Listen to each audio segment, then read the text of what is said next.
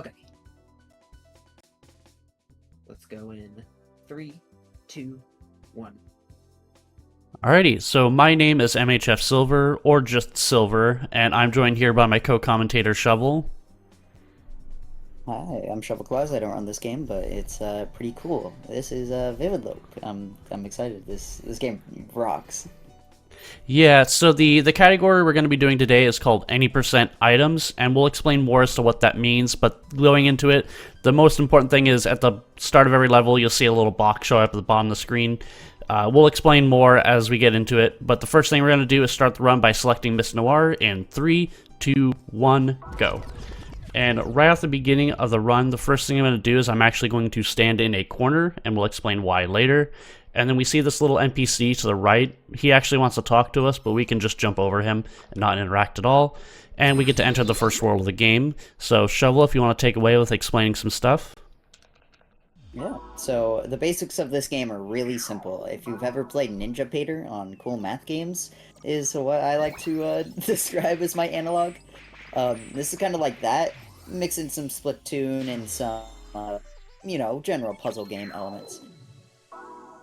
Yeah, so at the beginning... Every stage, we have to cover a certain amount of the tiles in the stage. So you can see at the top right, or top left there, we have to cover 85% of the stage in this paint. And we do that by walking over tiles and some of the characters' special abilities here. And Miss Noir is very good at it, thankfully. But yeah, very simple premise. Yeah, so the main thing that we're using is called max power. That is the main item you'll see me use throughout every single level. And the reason being is this little thing that I'm doing where I'm just filling in lines ahead of me, that is using Miss Noir's power. And what she uses her power based on the power gauge I have on the left-hand side. The item I'm using maximizes that gauge, which for most characters it just controls their speed. For Miss Noir and for the other character Cerise, it unlocks a special ability depending on how full it is. So Miss Noir gets access to a couple of different abilities that act as items or do the same function as items we would unlock normally. And the main one we're going to be using is called Rolling Fire, and that just sends a straight path in front of me and also has a benefit of getting rid of enemies in front of me. And there are going to be times in later levels where we're going to have to change the color multiple times. The Rolling Fire will set it to whatever color it needs to be at the end. So we benefit quite greatly from it. And so you'll see me use a max power at the beginning of basically every single level. The other thing you're going to see me do at every level is normally there's a little flyover where the game will show you what the level looks like. I'm actually skipping that by clicking in on the left stick. I can do the retry button, and by doing it during this fade in where it's trying to show me what the level looks like, it is actually a skip and will load me into the level faster. That's faster than, watching the animation play, or normally you can hold X to speed it up. Just mashing the retry button resets it and lets you get into the level much quicker. Yeah. And you'll see occasionally as well here as Miss Noir, she actually also has a dash move that Silver can take advantage of to, at the end of every percentage that we need, we can actually just instantly right behind us, and that will decrease our power meter all the way down to empty. Whenever you tread over ground that you've already covered, you will instantly lose power. It ticks down ever so slightly. So this game is a really careful balancing act of maintaining that power meter while trying to get the most for your power as possible. Because using Rolling Fire actually decreases the amount of power in that gauge. The kind of benefit to any percent items is that it's a lot easier to maintain that power meter because you don't have to worry about power when you have an item that you can just instantly max your power. But you can see at the end of every stage we enter this bonus phase, and we want to get out of that as fast as possible. The way we do that is by just tanking our power meter all the way down to 0 instantly. Yeah, so we basically, anytime we enter that bonus phase, if we have the power to, we want to dash directly over tiles we filled in. If we don't have enough power, which can happen, we want to actually walk diagonally over tiles, because then we're hitting multiple tiles at once as we walk, just so we can quickly end that bonus phase. And then as we go through... World 3. Yeah, as we progress, worlds are going to start introducing new features and new ideas. So this one we can see these little tiles that have the arrows on them. They actually speed you up, and we're going to use that to our advantage to sort of speed me along as I'm filling in all these areas. The other abilities that Miss Noir has are ones we're not going to really touch too much. She's got one that's borderline useless in my opinion, but the dash and the rolling fire are the ones that are going to be incredibly vital. And as mentioned earlier, we want to mostly control our power gauge. With the fact that I can just instantly refill it, doesn't mean that I'm completely careless in regards to it. With that previous level, there were some tiles where I was using the rolling fire to fill in, but then still walking down a certain path. And the reason I'm doing that is to preserve the amount of power gauge I have. And so instead of just spamming them wildly and losing all my power gauge and having to spend the time menuing to get it back, those levels like that, I will usually take a smaller route where I will just walk a bit of it. You can also refill it by touching the bonus fruit that will spawn naturally in the levels. Those will refill your power gauge by a certain amount. But for the most part, what we're going to be doing is starting every single level by using a max power, and then working around and then just filling them in.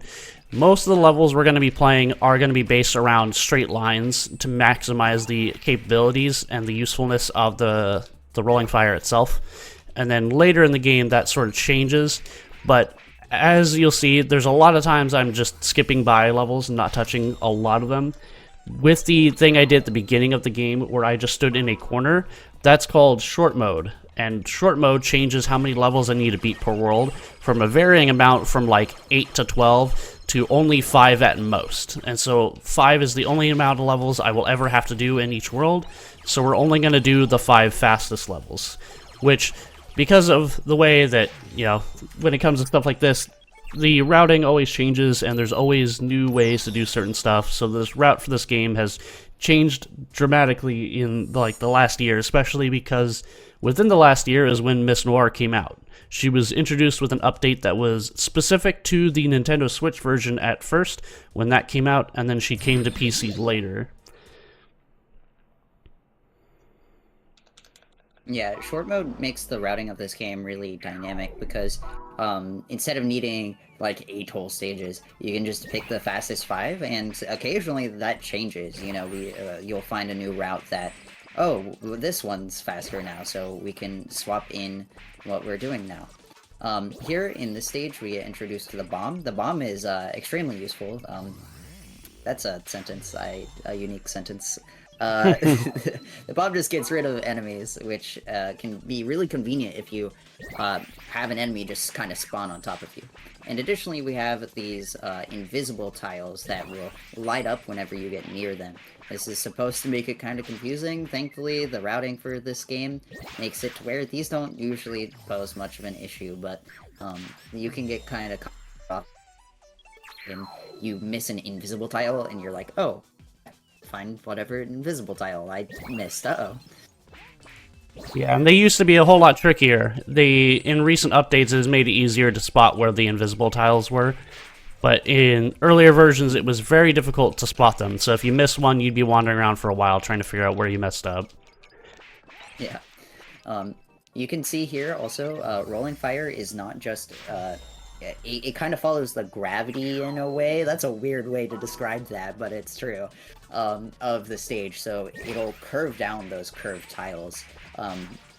I had some super monkey ball in the brain because because of the that one bit we ran that one time. So, but it makes it to where rolling fire is really useful even on stages where you know, it has all these curved edges and you have these wild stage layouts where you're meant to kind of find your own path, but you can just throw rolling fire down and boom, it's just that easy. And here is one of those stages where we need to color a tile multiple times, and rolling fire coming really in handy with that. You can just throw it over and not worry about it. However, we're getting introduced to some stages that will kind of recursively remove our progress, so it'll unlight a tile whenever we walk over it for a second or third time. So we want to try to avoid backtracking in those stages because it can undo our progress and make it a lot slower, depending on how bad we kind of fumble the route. It can get tricky. Yeah, it is, especially levels like those. Those are typically ones we avoid like the plague when it comes to the routing for this game. We do not like levels like that because it really slows us down if we have to worry about where we're walking. We want to spend the most amount of time just, going fast and not really caring. And so there are very few levels like that in the entire route. But even the ones that do exist, we do technically have a workaround, and that is there is an item we have called the Good Shoes, which make it to where you can save yourself for a certain amount of tiles from undoing those tiles. But it only does it for a certain amount of time. And so we can only do it so much. So I think I only use it once. And that's about it. Yes, niche tech in my video game, yes! On the note of tech, something that Silver is doing that you wouldn't really realize it while watching this, unless it was pointed out to you specifically, is a technique with the rolling fire.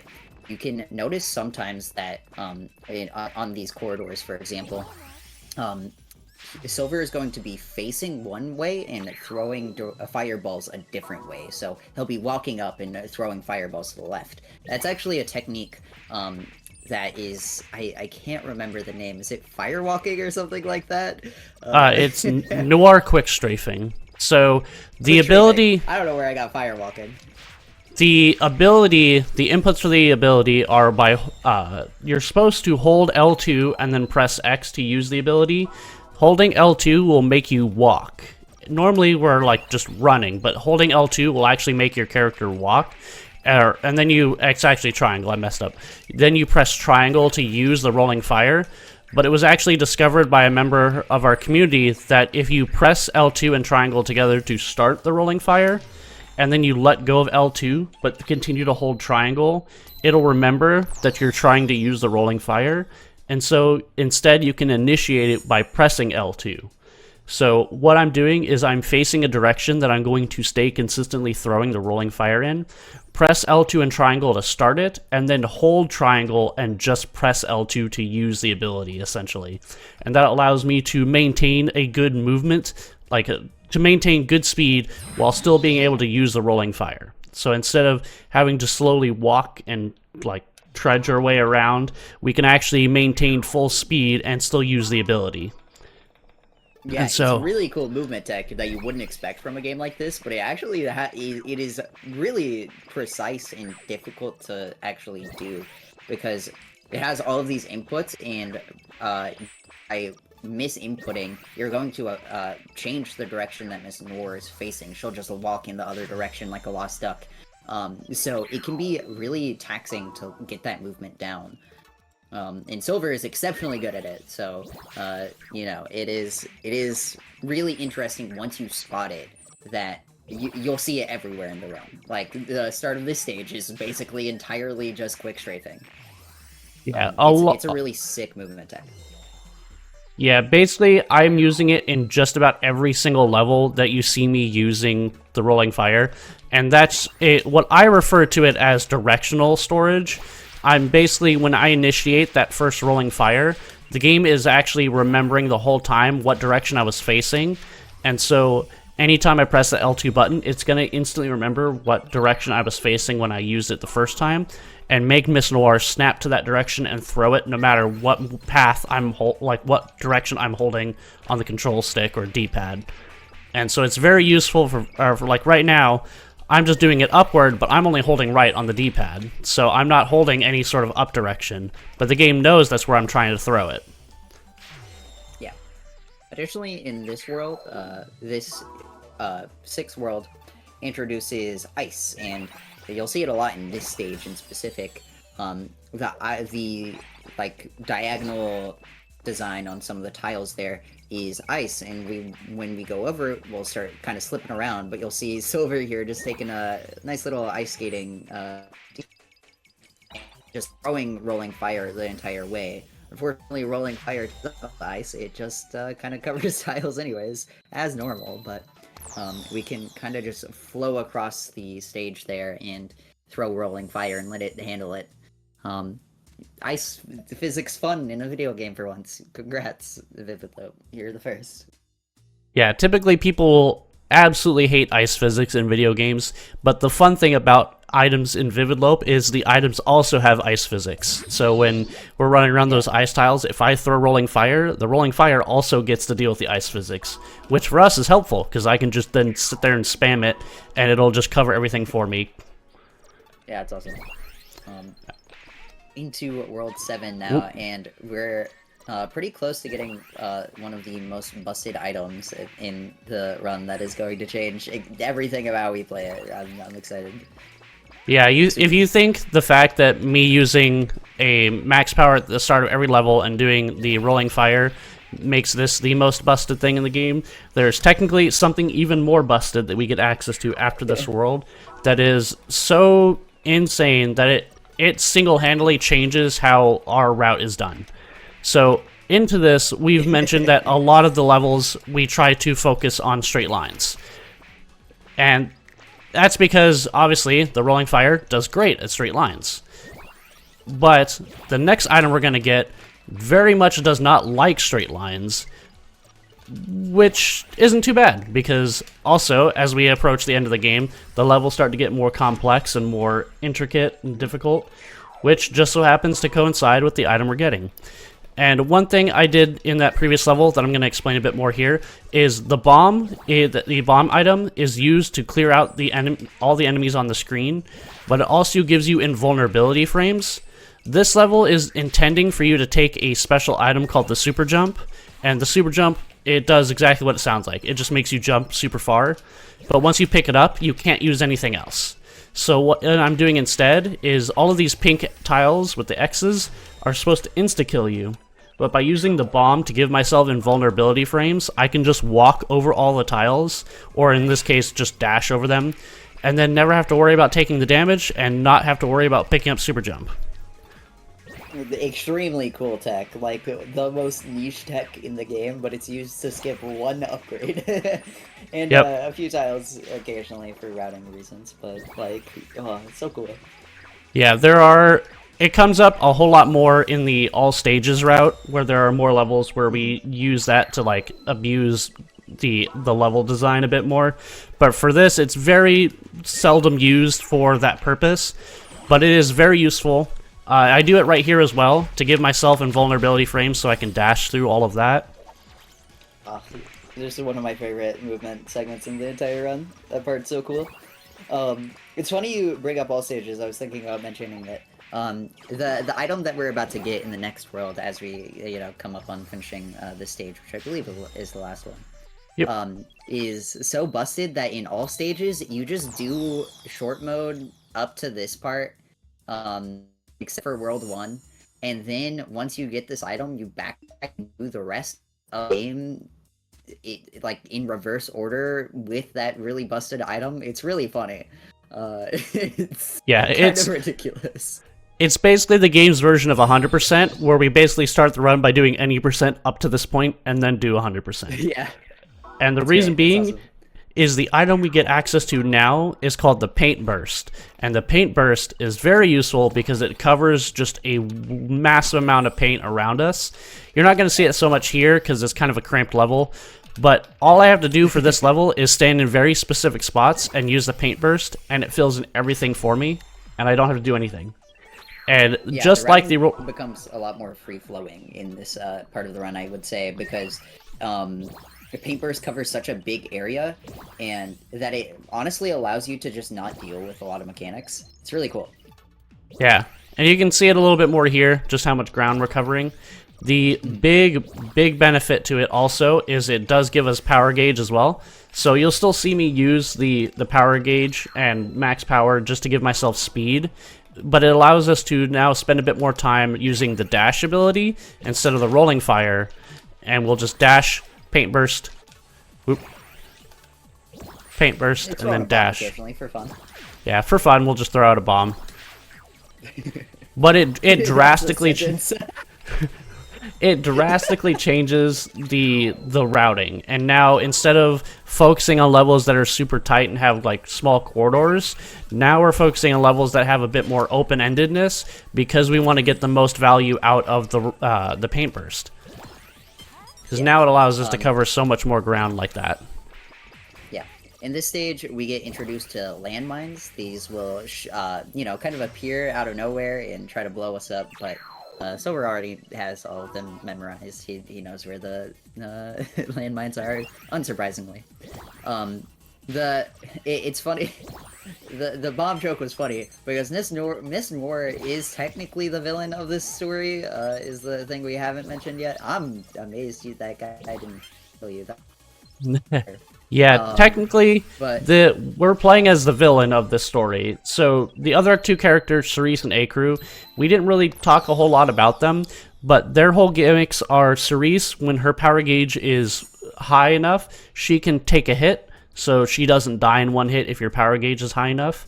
Acrew, the other character, his power gauge controls his speed, so he goes significantly faster than all the other characters when his power gauge is high. And they are technically the protagonists. Miss Noir here is the antagonist, and at the beginning of every single world, there's been a little cutscene that you see me skip. That one is very different from all the others. What's happening is the game's cutscenes are trying to tell us the story of why Miss Noir became the villain. And it's a very tragic story of her falling in love, realizing that the person she was in love with was cheating on her, and then her world comes crashing down because of it. And so she just wants to take it out on somebody. And so what we're doing over the course of her story is this whole thing we're playing through is her creation. She built all of this, and we're basically doing her test run before she sends it out into the world to try and trick somebody into it. You know, I know she made the game and all, but I didn't think Miss Noir would be this good at VIVIDLOPE. Kind of gaming. This bit sucks. But we're in the final two worlds now, and you can see even in like these kind of corridor-heavy worlds or levels, Paint Burst is just good enough to where like it fills up the stages almost instantly. It is absurd, but it makes the routing really fun, I think. It's cool. This game's cool. Also, we haven't mentioned it yet in, like, fullness, but Miss Noir does die in a single hit, and it makes it... This game is really punishing, because if you make a mistake... there are a bunch of enemies that follow you around and each have different behavior, of course. Some of them are kind of Pac-Man style, they'll just, you know, chase you around. Some of them are Pac-Man style in that they're a little bit smarter than that and have their own dedicated patterns. So, even small mistakes can end up sending you kind of off course, and then enemies can, like, ambush you and kind of mess up your entire route. So, and this becomes especially prevalent in the late game of this run, where the stages end up getting flooded with enemies. They are literally everywhere and will not take any. So Silver has to be really careful to both not just instantaneously die after making a mistake, but also to try to minimize the risk of the mistake in the first place. And so, you know, occasionally throwing out bombs and stuff like that is usually good enough, but sometimes it can get really scary. Yeah, and then now we're going to enter the final world. Just like at the start of the run, there's a little guy who wants to talk to us, but we can actually just barely skip past him, so I'm just going to jump over him. And then now entering the final world, the rules for the final world play a bit differently. And now you will not see me do that same level intro skip as I've been doing before, because the final world is technically treated as one giant level together. And so if I were to do that same sort of reset trick, it would actually send me back to this level. So if I was on like the very last level of this world and I did that, it would send me all the way back here. So definitely don't want to do that. And then different from all other levels, we actually start with max power and we die if we lose it. So the goal is now to start with max power and then maintain that max power. And then also every level needs to be filled 100%. So whereas before we've been prioritizing levels that generally have lower percentage counts, now every single level has to be filled 100%. And so every single level, we're going to have to take a very specific path to ensure that we minimize backtracking and then fill in every single tile as we go. And then, as mentioned by Shovel, You can imagine. yeah, it's also designed as a gauntlet, as you can imagine, for the final level of the game. So all of the most annoying enemies are here and present and accounted for. Yeah, and making mistakes in finale here is really tricky, because you will spend a very long time searching for the one tile that a rolling fire just went right over.